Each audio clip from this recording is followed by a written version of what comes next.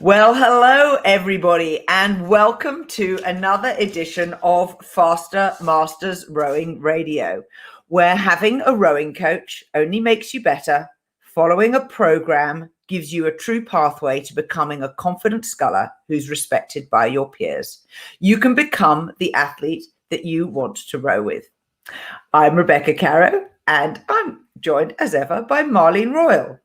Hello, Rebecca, and hello, Faster Masters. Good to be here, as usual. It is. It's that transition time in the year where you can see I'm wearing a sweater and Marlene has a T-shirt on. Mm-hmm. It's good. When spring turns to autumn and autumn turns to spring, we were just speculating that we have the shortest day coming up this month. And after that, the sunrise gets earlier by 1 minute. I think it's a minute a week. It's not very fast. No, but then it goes all of a sudden, all of a sudden it seems like it's slow, and then it does. I looked it up once. When you're closest to the equinox, it moves at 1 minute, and then the fastest it moves is 3 minutes. Mm-hmm. Actually, I think it might be 3 minutes a day. I think it's a minute a day, and then it goes to 2, and then it goes to 3, and 3 is the fastest, and then it quite quickly slows back down again. But hey, we have to hold on to these small things that keep us motivated. I know. For us, it'll be the longest day of the year. But Midsummer Madness, when the Swedes sing their frog song. Frog song. It is. It's about frogs. It's their kind of midsummer solstice pagan festival. Yes. Now, let's roll into a big thank you. So we started a donor program for supporters of our podcast, and we are extremely grateful for everybody who has been supporting us. And we would like to name check the following supporters who are making monthly donations to support Faster Masters Rowing Radio: Jolie Krakauer, James Downs, Daphne Carpen, Marco Boozer, Gary Baranzini, Leanne Lands, and Cece Aguda. To all of you, thank you very much. And if you want to support us, just go to fastermastersrowing.com/podcast, and the minimum donation is $1 a month. So thank you very much. Oh, and there was one person who felt that they didn't want a recurring subscription. So they made just a lump sum donation and then immediately canceled the recurring subscription. And equally, we're very, very grateful. Now, Marlene, what's your week been like? Gosh, this week has just been training programs and reading, and I would say not a terribly social week for me. I did a lot of online work, a lot of video reviews and things like that, but kind of just a keeping the nose to the grindstone kind of a week so far. So I've been planning and leading the organization for the first Masters peer-to-peer coaching camps here in New Zealand, and we're holding one in Auckland and one then in Caroe, which is in the middle of the North Island, and we're hoping to hold one at the bottom of the South Island in Wanganui. And so far we have 20 people signed up for the Auckland camp, which is in 2 weeks' time. We have 11 signed up for the Caroe camp. And we're a little bit uncertain about Wanganui, which is down at the bottom of the South Island. But the guys who live local to there are all talking amongst themselves about how best to organize that. And we're really hoping to have one in the South Island after our Masters National Championships in September. But we had a sadness this week, which was that the South Island Masters Champs got cancelled because they had extreme rain event in that province called Canterbury, and a really key bridge has been closed because of the amount of water that was going underneath it, weakened the foundations. So that was sad. So the whole of the South Island and my club often travel down to go and take part in that event, but we didn't this year. But what a shame for the Yeah, I know. When you finally get to have the regatta, then something else happens. Well, this is the second year it being cancelled, because this was the COVID year, the first COVID year. My God, Right. It was supposed to be at Ashburton at Lake Hood, and so they said that's fine, we'll just do it next year. So I'm so sad for them. It's just I know, it's a bummer. But races are starting to kind of open up. Like, I mean, in the US, there was a dogwood regatta in Tennessee last week, which went ahead, and Masters Nationals is going ahead, and it's things are moving ahead. In Canada, still no. The Ontario rowing clubs have just been allowed to open up. So this, it's just been very, very recent that people are getting on the water, and so things are still moving slowly here. But there are races, and we saw World Masters is a go ahead for Austria. We saw the announcement for that, so we're happy about that. Definitely. And I think the European Masters is also confirmed for the end of this month. I think it's the 20th. So anyone who's going there, best wishes, and hope you race well. Now, we have a load of live watchers. So hello to everybody who is watching us live. You can put comments underneath the feed and it will show up and we can name check you. So hello from Whitby. Can't stay too long. Work beckons. I think you have your priorities wrong, Cece. What's this work thing? And Rich is here with us from Casper in Wyoming. And he was rowing on the water this morning for 2 hours. There were a lot of carp in the water, a carpe diem kind of grown. Lisa is sunny in Colorado. Hello, Lisa. And Pamela is in New Zealand, and she says she's looking forward to it, and she's coming up to the Auckland peer-to-peer camp. So she lives in Dunedin, which is where I used to live, and she's flying north. And then her remark about the cancelled South Island event is sewerage in the lake. I was really interested by that, Pamela, because I know that it's an artificial lake. I know it's not like connected to a river. So it's sort of only sort of connected to a river. So I was wondering why it had to be cancelled, because, it wouldn't have been like the lake was overflowing or anything, but it's sewerage. So there you go. That's definitely not something you want to row in. No, that definitely poses a risk. That's for sure. It does indeed.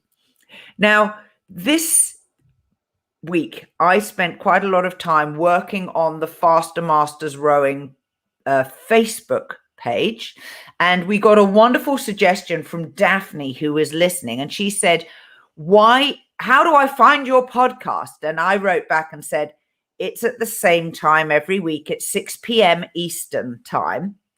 So she thanked me for that, but she then said, why isn't it listed under the events in your on your Facebook page, which was a very valid comment. So thumbs up to Daphne, and thank you. I have now created an event. So every week there's a notification in the Facebook page, so Faster Masters, and we are also now for the first time broadcasting this podcast direct into that page. So that will create just a little more content and a little more of a vibe there. I know that some people watch it in different places on Facebook. So you could be watching it in the Masters Rowing International group, in which case, hello to you. You could be watching it in Rowing Chat, which is obviously the umbrella network that we broadcast through. So let us know whether this works for you. We have another live watcher. Hello, Lauren. Lauren is in from Gig Harbor. Help me, what's WA? Washington. Sorry. Hey, he's not far from Cece. Yeah, he's not far from Cece. And he rode 6K this morning in great weather with lots of drills. Lauren, you're a disciplined student of the sport. And hey, Cece, we will see you later. She'll be listening to the recording. I have to say, I know one of my relatives in the UK says, it's really weird. I hear your voice in our bathroom as my wife listens to the podcast in the morning. The places we are, you know. That's exactly right. The places we are.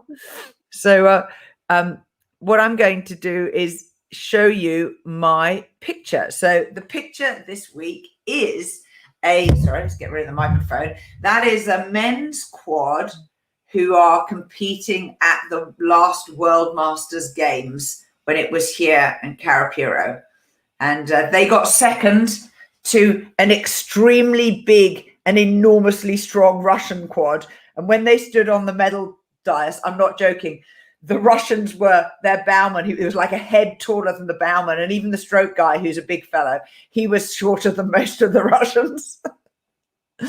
Still, they got a silver medal. They were pleased. They were a long way in front of there. So they said that was good. Now, this week, Marlene and I have picked as our topic racing. Now, Marlene, kick off. Explain what's the Faster Five and where does racing fit into the Faster Five? Well, the Faster Five is one of the first module that you get when you join our program. And in the Faster Five, we have 5 different topics that we talk about as it's kind of our foundation documents for our Faster Masters athletes. And so each one, we talk about blade work in one, we talk about the fitness assessment. We have one devoted to racing, and we go through and describe, what is the purpose of what we're talking about, how to improve it, how do we approach it from our technical point of view, what are drills to get better. So, they're quite detailed documents of how we approach getting better at those particular topics. And the racing part of the Faster Five is, we call it our Racing Foundation for Masters Athletes. And it is a detailed account of how to improve your racing skills. So we talk about how to approach your 1,000 meter races. We talk about things that you should work on to improve your racing and speed work. And we go into detail with specific exercises and drills of how to do that and how to approach race planning as well. So the Faster Five is available in the shop. If you want to get it, just go into our website, search for Faster Five, you'll find it. It's for sale. If, however, you are a subscriber and buy our monthly training plans, or you buy the magazine, no, it's not available under the magazine. Yes, it's in the magazine. Yes, yep. So if you buy the magazine, which is $15 a month, but excludes the training plan. So the magazine is for people who already have a training plan, but would like to get up to date with the other things that we talk about in Faster Masters. You get this free as a welcome gift, and the value is $147, and you get all 5 of the Faster Five. So you can study the foundational elements, which will be useful for anyone. However, wherever you are on your rowing journey, I guarantee you will get something really good out of the Faster Five. Now, let's talk in more detail about what happens in racing. Number one, the most important thing that you have to understand in terms of the early part of racing is you have to practice faster than your race pace. So you probably know how long it takes you to row. We're talking 1,000 meter races here. So you know how long it takes you to do 1K. And as a consequence, you will also know what your 500 meter split pace is. And regardless of what that is, you know what it is. But a really critical part of preparing yourself to race is you need to be able to move your boat faster than your average race pace. So Marlene, why is this so important? Well, I think the number one reason is your high-speed coordination and developing your blade work skills. Because that's where, if you don't practice those higher rates and moving at a faster pace, it's really easy for your blade work just to kind of fall apart and to lose coordination of your blade work. So you really do have to practice making those changes, feathering, squaring, entry, release at high rates in order to get better at it. Yeah, and as a general rule of thumb, a rowing boat will go faster if you can take more strokes. If you look at yourself next time you're out on the water, you can move a single nearly 2 boat lengths every stroke. You can move an 8 a boat length every stroke. And the way you can check that is look at your puddles on the release. So say you're in an 8, you bow's puddle should have moved past 7's next catch, if you get the idea. So bow takes a stroke, releases, and then that starts moving to the stern, and then you're all rolling forward on the recovery. And then when 7 takes their catch, they should, as a minimum, have their blade going into the center of bow's puddle, or hopefully bow's paddle has moved past them. It depends slightly on what rate you're rowing, because if you're at low rates, so 18 through to 22, 24, you should easily be able to move more than a boat length. With a single, it's a little harder to judge because, of course, you're in a much shorter boat. But look at your puddles and see if you can judge how far past the stern they are moving before you take the next catch. Now, having said that, if your boat moves more than a length every single stroke and you want to go faster, if you take more strokes, you will, in all likelihood, go faster. That's why when you watch the international big races, you know, the World Rowing Championships or the Olympics, when they're coming up to the finishing sprint, you see the ratings tonk higher and higher and higher and higher, because they know they can move more than a boat length every single stroke. They may not be going faster in terms of absolute speed, but they might. So you tend to go faster, faster, faster, and then it plateaus off in terms of speed, and you may not go any faster for an increase in rate. You hope that you don't go slower for an increase in rate, but that can happen as well. Right, exactly. So the number one thing to focus on when you're talking about high-speed coordination, we all know that the rowing stroke is basically built up with a leg drive, a body swing, and an arm draw, and then the reverse when you recover up the slide.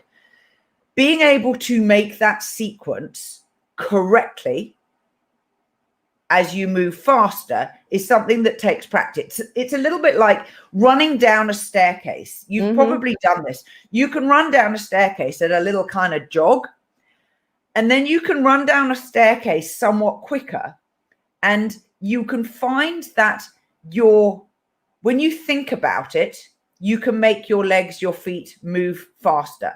But actually, if you stop thinking about it, you can actually move your body kind of automatically and go down the flight of stairs without having to think about it.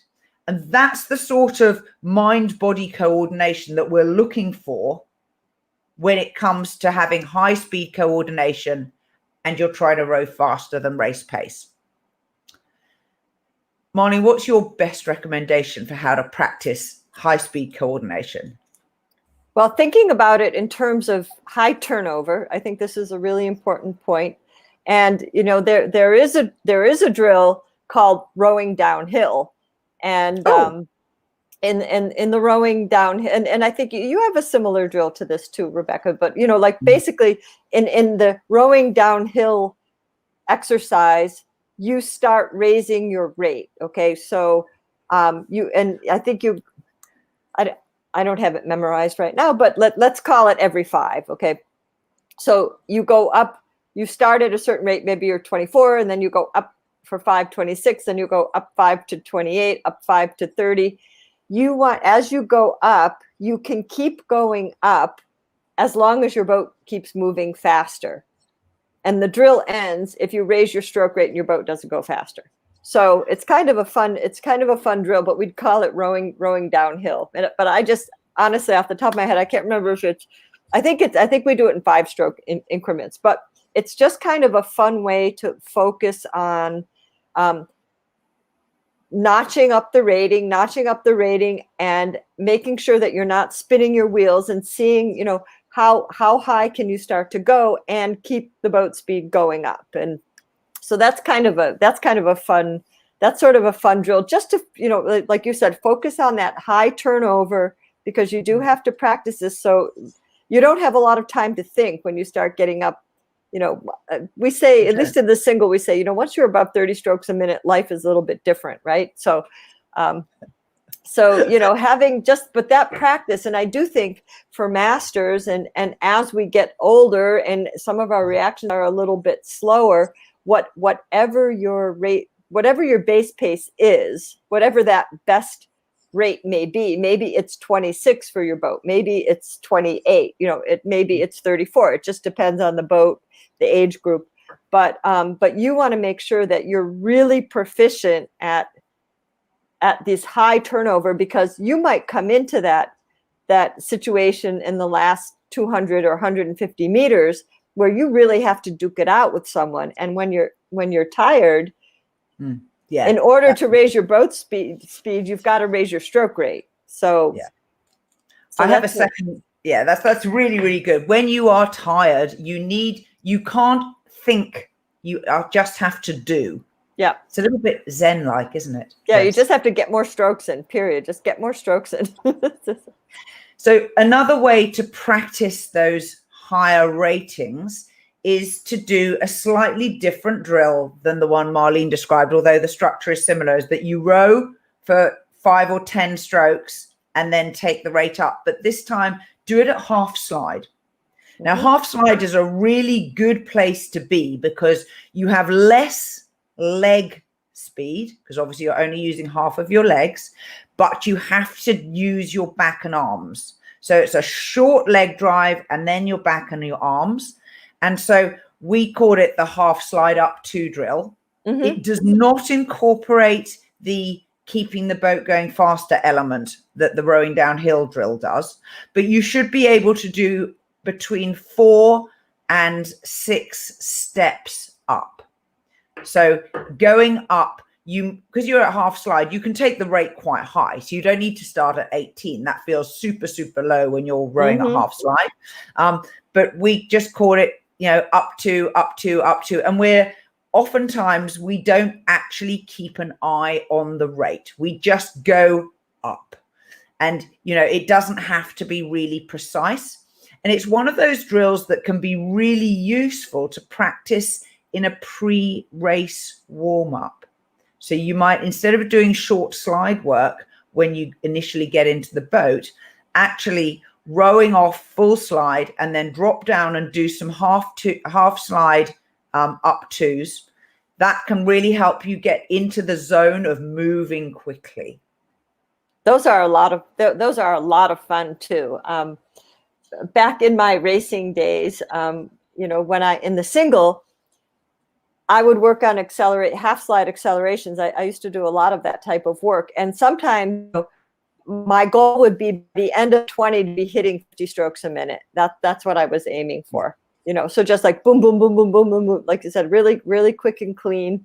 And you know, some other exercises you can do, like the half slide as part of the warm up. And you know, when you're doing a low intensity row, this in your training, this is also a good way to sneak in some speed work without making the workout too intense. So you can do something like 10 strokes, like say your maximum speed, 10 strokes at half slide, 10 strokes at 3/4 slide, and then go back to full slide swing. You know, so you can put in short little 30-second bursts of half slide, 3/4 slide, things like that, just for high turnover, then go back to your low intensity row. And it helps you work on your coordination, but it's not like aerobically, it's not going to be taxing because they're very short. They're just more for coordination. So that's a little way that you can sneak some things in on your easy days.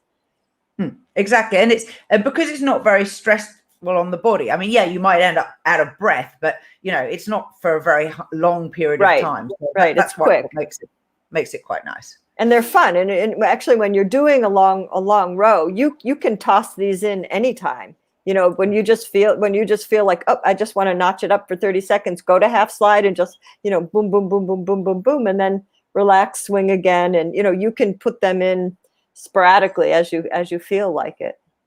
You absolutely can. We've got some additional watchers joined us. Hello to Glenda. Look, there she is. She's changed her profile picture. Glenda went racing last week. Lane 5 by the looks of it, Glenda. Well done. And someone, I don't know who they are, haven't been on in a while. So good to be here. Excellent. Do let us know what your name is. And a quick question here. Any suggestions for low back tightness and stretches? Oh, yes. 101 suggestions. Right. I'm going to go first. So firstly, before you get in the boat, make sure that you do some dynamic stretching. So go and look that up if you don't know what they are, but be warm before you get in the boat and then warm up slowly in the boat. So that will help, number one. Number two, my favorite is the yoga sun salute sequence, which is a full body sequence. You can do this as a warm up. It's really super. And it takes you from standing up, reaching up with your arms above your head, down to lying on the ground and back up again. And 10 sets of that. And when I do them, I try and nose breathe in and out alternately for each movement. So number one is you start with your standing with your hands together in prayer position. So that's breathe in, and then you breathe out as you reach up, and then you breathe in as you reach down to touching the floor. You'll get to learn the sequence, but it's a very flowing set of movements, and it really helps to limber your body up. It's not specifically a stretch for low back tightness, but it can help to warm your body up and make it a little more mobile before you get into the boat. For after rowing, a good pose is the child's pose. That's a very nice pose for just kind of stretching out your low back. And so if you start from, say, you're on the floor on the mat all fours, you take your hips and you drop your hips back to your ankles, and then slide your hands out in front of you on the floor and just kind of settle back into your hips. And that's a really nice stretch for your lower back on the floor, like say after rowing. But to some degrees, it depends what's going on. It depends what needs to be stretched and why. So, you know, there's a lot of different stretches. You may need mobility, and dynamic mobility, or you may need to stretch out some muscles after rowing. So it depends a little bit what's going on. Sometimes it can be something in your gluteal muscles. It can even be a piriformis stretch sometimes that needs to release your lower back. So it does depend a little, or using the tennis ball. You know, if you've got some hot spots in your back or some spots that need attention, lying down on the mat and using the tennis ball and finding those places that need some consistent pressure can be a really nice way to relieve some of the muscle tightness on your own, or go get a nice massage. But the tennis ball you can do any place, anytime. Yeah. Or if lying on the tennis ball is too intense and painful, you can do it standing against a wall and lean back into the tennis ball so that you can take the strain off. Because, of course, when your whole body weight is on top of that tennis ball, it can be really sore. Yes, it can be quite sensitive, but it's a really, you know, that trigger point therapy is a great way just to for good maintenance. You know, think of it as maintenance. You know, even you shouldn't wait till you're in an extreme situation to use it. You know, try to do it on a pretty regular basis. Yeah. One thing I would say is that if you know you have tightness, and Marlene suggested a massage, this is my personal preference, but based on my body, which I know quite well, is I go to an osteopath about every 6 months, and I just have what I call a general loosener, and they might do some manipulation. They might just do deep tissue massage. And it's just to try and sort of loosen things up, because for me, I find my pelvis tilts a little bit and one bit goes forward and the other goes back. And then that makes strain on my lower back. And so I feel back tightness, but actually the cause is nothing to do with my back. It's lower down. Yeah, no, definite maintenance. Bodies need maintenance. Yeah. Hey, Sue, the reason your profile isn't showing is because you haven't given StreamYard permission to show your profile. So it's in your settings. If you look at the top where the stream is coming through, if your name isn't showing and it comes just up as Facebook user, you have to go grant StreamYard permission to access your profile. There you go. Okie dokie. Now, when we did the Racing Starts Challenge a couple of weeks ago, we were absolutely dazzled, both Marlene and I. Afterwards, we came off and we went, wow, that was so good, when we did the session with Adam Creek. So you will remember that the Racing Starts Challenge was a mix of a public 1-hour webinar and then a private VIP behind the scenes session. This was in the VIP session with Adam, during which he showed a series of slides which came from Mike Spracklin, who was his coach. And Mike had spent a lot of time photographing puddles. And that led Marlene and I to say, that was so interesting, because very few athletes know that you can learn a lot from looking at your puddles. Didn't you enjoy that, Marlene? That was so cool. And listen, if you don't have puddles, you're in trouble. That's all I have to say. We definitely, unless you're purposely, I mean, there is technical work that we have a term. I learned this term from a good rowing friend of mine, Dennis Camrad, longtime coach. And he said, yes, sometimes you have to do puddleless rowing. And I'm like, what's puddleless rowing? And we were talking about, for example, people returning from an injury or getting back into the boat the first time after being out of the boat for a long time, as part of your rehab from an injury. You don't want to get in your boat and go row 10K. Believe me, the first time you're getting back in your boat, if you've been dealing with a back injury or something like that, and this is a new environment. So we were discussing puddleless rowing, which is getting in your boat, practice some easy backing, practice rowing in circles, practice rowing softly so that you're not trying to generate too much power. So basically stationary drills, the things you can do in place, the placement drills, tapping drills, things that don't create puddles. So if you're in a situation where you're coming back from an injury and now you're well enough that you can start to get back in the boat again, puddleless rowing is the way to go at first. So when we want to move boats faster, we need puddles. We need good puddles. Yes. So what is the anatomy of a good puddle? I would say it's tight. It's swirly. Yeah, I'm with both of those. I also think that it doesn't have splash as the oar has exited the water. So you don't want to see water being thrown up by the spoon. And ideally, you don't want water dripping off the shaft of the blade either, because that implies you've gone somewhat too deep. That's a lesser point. But any form of splash at the exit is a indication that energy is being wasted, and you actually want your energy to be concentrated into pushing the water, not into getting the blade out of the water. Right. We call that a puddle killer. But yeah, absolutely. And I think, years ago, I would say before we had apps and things to help us with data and electronic monitors, we paid more attention to puddles. And I can remember when I started rowing in high school, we didn't have gadgets, or we didn't even have stroke meters. We didn't have anything like that. And puddles were all the coach talked about.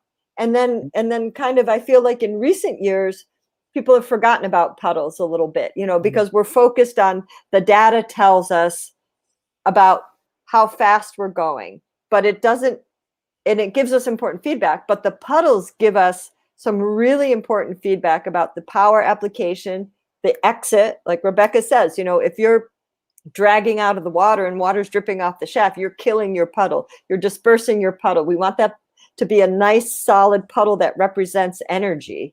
So and in a single, watching your puddles, I used to think, okay, I'm rowing down a race course lane. I'm rowing down the middle of my puddles. That used to be my imaginary race lane was, stay in the middle. Of course you have to stay in the middle, but psychologically I was staying in the middle of the puddles. So one other feature of a good puddle is that the water is mounded in front of the blade where the blade is cupped, and that it is slightly shallower behind the back of the blade. And that mounding indicates that you are accelerating the boat past the puddle. So one of the things that you can look for if you get someone to video your puddles is, what do they look like at the blade entry?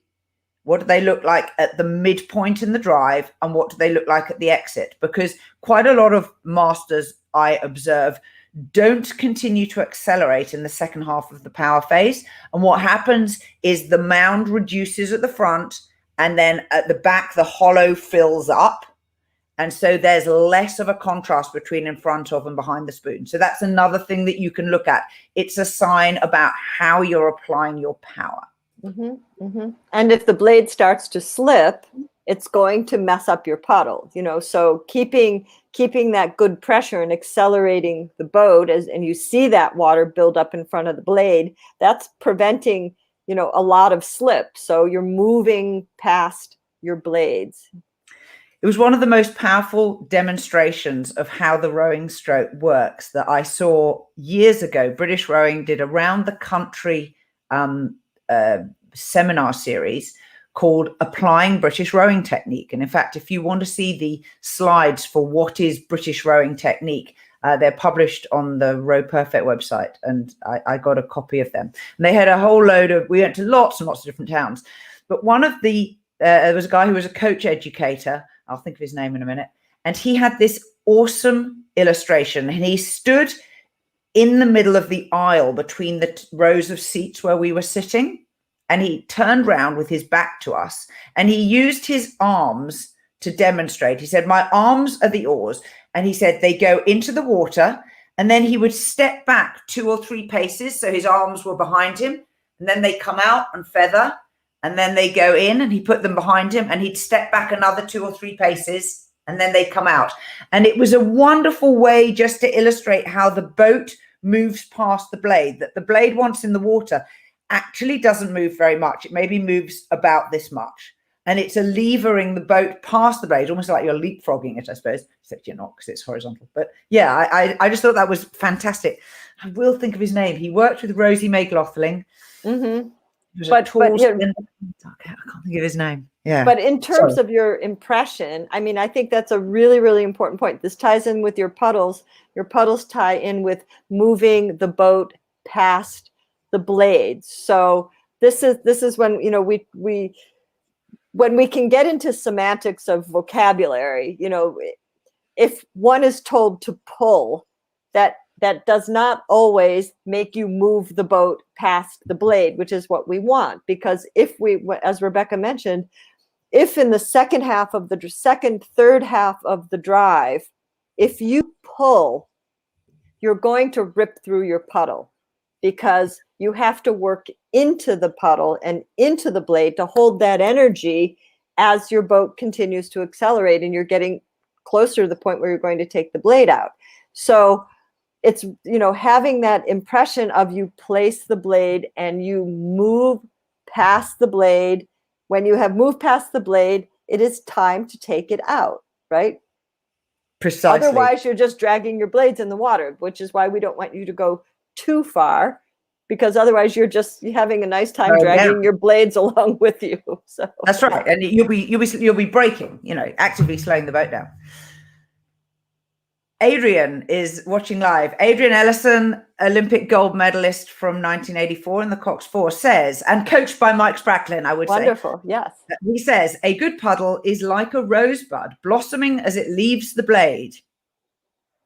And that's his paraphrase from Mike Spracklin. I love that, Adrian, and thank you for that contribution. Really nice. Yeah, Mike had a lot of visual, mind pictures that he would use. He would talk about locking your blade behind a post in the water for describing the catch. Yeah. Oh, hang on. Yeah, so everyone's job this week, your homework is first just to observe your puddles, and then at a certain stroke rate, see if you can create a little more distance between your puddles, because that's what we're looking for. We're looking for more distance per stroke. So if you row a set time at a set rate, you can actually, give yourself some little progress checks and see, did you move more meters? And that's so right. Distance per stroke, DPS, is something that swimming coaches talk about, and it applies to any water-based sport. Can you move to greater distance per stroke for the amount of effort that you put in? Mm-hmm. I'm going to add two more things for you to think about with your puddles. The other is, I talked earlier about what does your puddle look like at the catch? What does it look like at the mid-drive? And what does it look like at the finish? Have a look and see if your blade corrugates or whether it stays at the same depth in the water. Does it go like this, or does it go deeper and shallower? And you can see that. So that's another thing to look out for. And the third thing to look for is to listen. What is the sound that it makes when your blade exits the water? And I'm not talking about the clunk of the blade feathering in the gate. No. I'm talking about the sound of the release. Mm-hmm. The sound of the water. Try to be, crisp and clear and not too smushy. No smush. We don't do smush here. Smush is not fast. Exactly. Unless you're incredibly strong. Then maybe if you're one of the people that are not the 1%ers, but the 0.1 percenters, perhaps you can do it and still go faster than everybody else. But for us mortals, it usually doesn't work. Absolutely right. A question from Lisa. Is ripping a function of engaging the back too early or due to a lack of consistent squeeze on the drive? I would say something different. I would say maybe it could be one of those, but what I would look for, Lisa, if I was seeing an athlete, if I was seeing the blade rip, we can call that slip. Okay, so the blade is not staying where you because in general where you put it in is where you take it out. Okay, so the release point is the entry point, but the blade moves a little bit this way. So if you really have a very small amount of slip, that blade isn't going to move too much. If the blade is ripping or slipping, generally what I will look at is the athlete working their pressure towards the blade? So as we talked about, in that last part of the drive, this is often where we see a lot of masters lose speed because they try to pull the handles into their body. And if you try to pull your handles into your body, your blade's going to slip and you're going to rip because the hands start to come in linear instead of opening and following the arc of the handle, which is going to help you keep working towards the blade. So that's where, when we were talking about, we have to be careful about the words we use, because if you pull, you are not on the vector of the direction of the work, and that's where you're going to get slip. Exactly. And ripping is also a sign that you have not locked into the water. And remember that the pressure that you put on the face of the blade goes from that face of the blade up the shaft, up your handle, up your arm, down your back, through your hips, down your legs, onto pressure on the foot stretcher. And if there is anything that is saggy in anywhere in that long chain of connections, you will get slip, you will not be locked on, or you might rip because you're overdoing it. So remember, I studied a while ago, industrial archaeology, where we used to we actually went to an old lead mine in the Lake District in the UK. And a lot of the power to get the lead ore out of the rock that they were mining was water power. And they had canals, they were about, I don't know, 2 foot wide and about 3 foot deep. And they had the water coming down the hillside and it was a slate lined little trough. And then it would power a water wheel, and then it would redirect and it would zigzag back the other way down the hill and then back again. And we measured the gradient of these canals. And water can tumble. You've seen a waterfall, you've seen, small rivers where they go over rocks and you can see the water sprays and spins. But if you want water to move as a solid block, the gradient it needs to be on is 1 in 200. So it goes down 1 foot for every 200 feet that it travels in distance, or meters, it doesn't matter. It's 1 to 200 gradient. So it's actually very, very shallow. And that means the water moves as a solid block, which means that it has the maximum amount of force that it puts onto the paddle of the water wheel. Do you see the correlation with your blade? So you need to keep the water block as a solid mass. You don't want it to break up, because when it breaks up, it has air in it and it's much less easy to grip. It's the same if you pour water into a glass from the tap or the faucet. If you pour it fast, you see the water spins inside the glass. But if you pour it slow, it just rises gradually and there's very little turbulence. And that's another aspect of slip.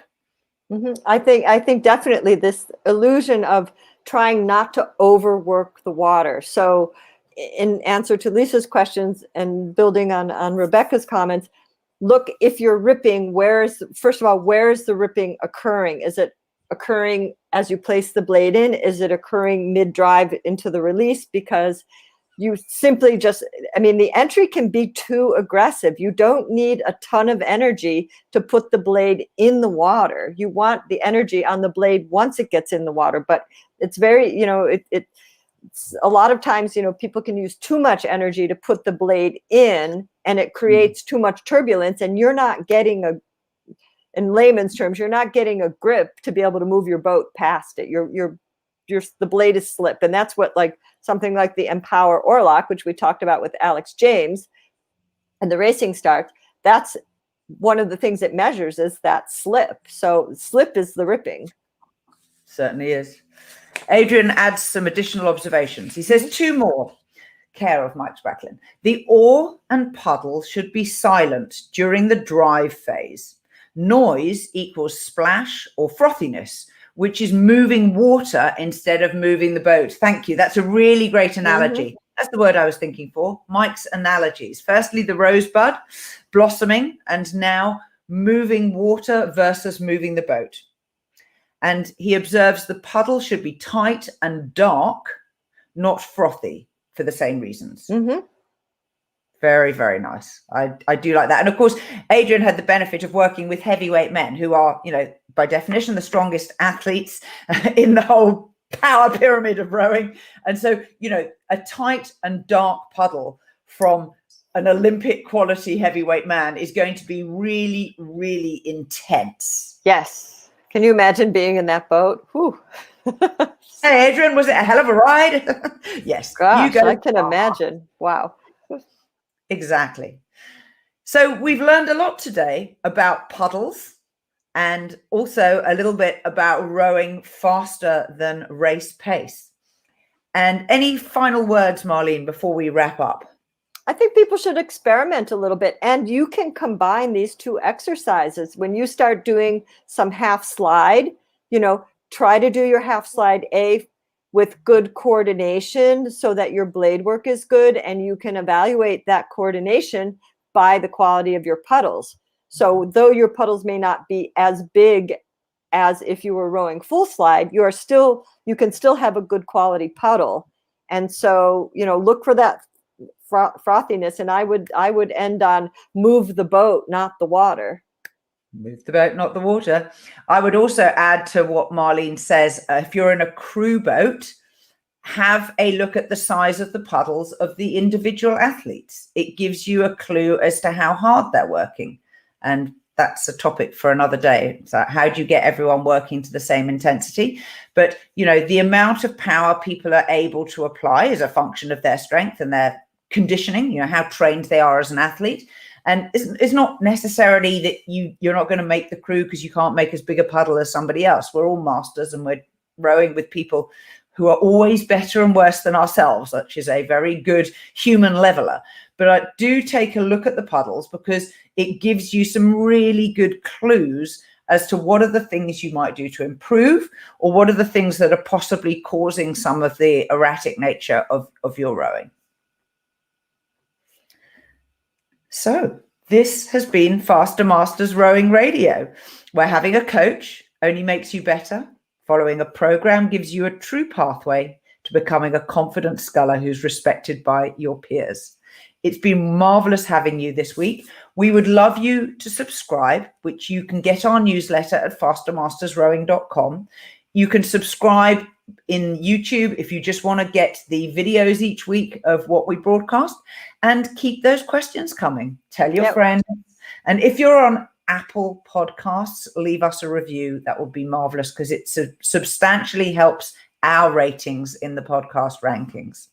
Adrian has a very good closing comment for us. Do not aim to produce big puddles. Small and concentrated is more efficient than big and weak. Adrian, it's been marvelous having you. We should have you on. Thank you. Absolutely. Yeah, thank you so much for joining us. And till next time, bye-bye.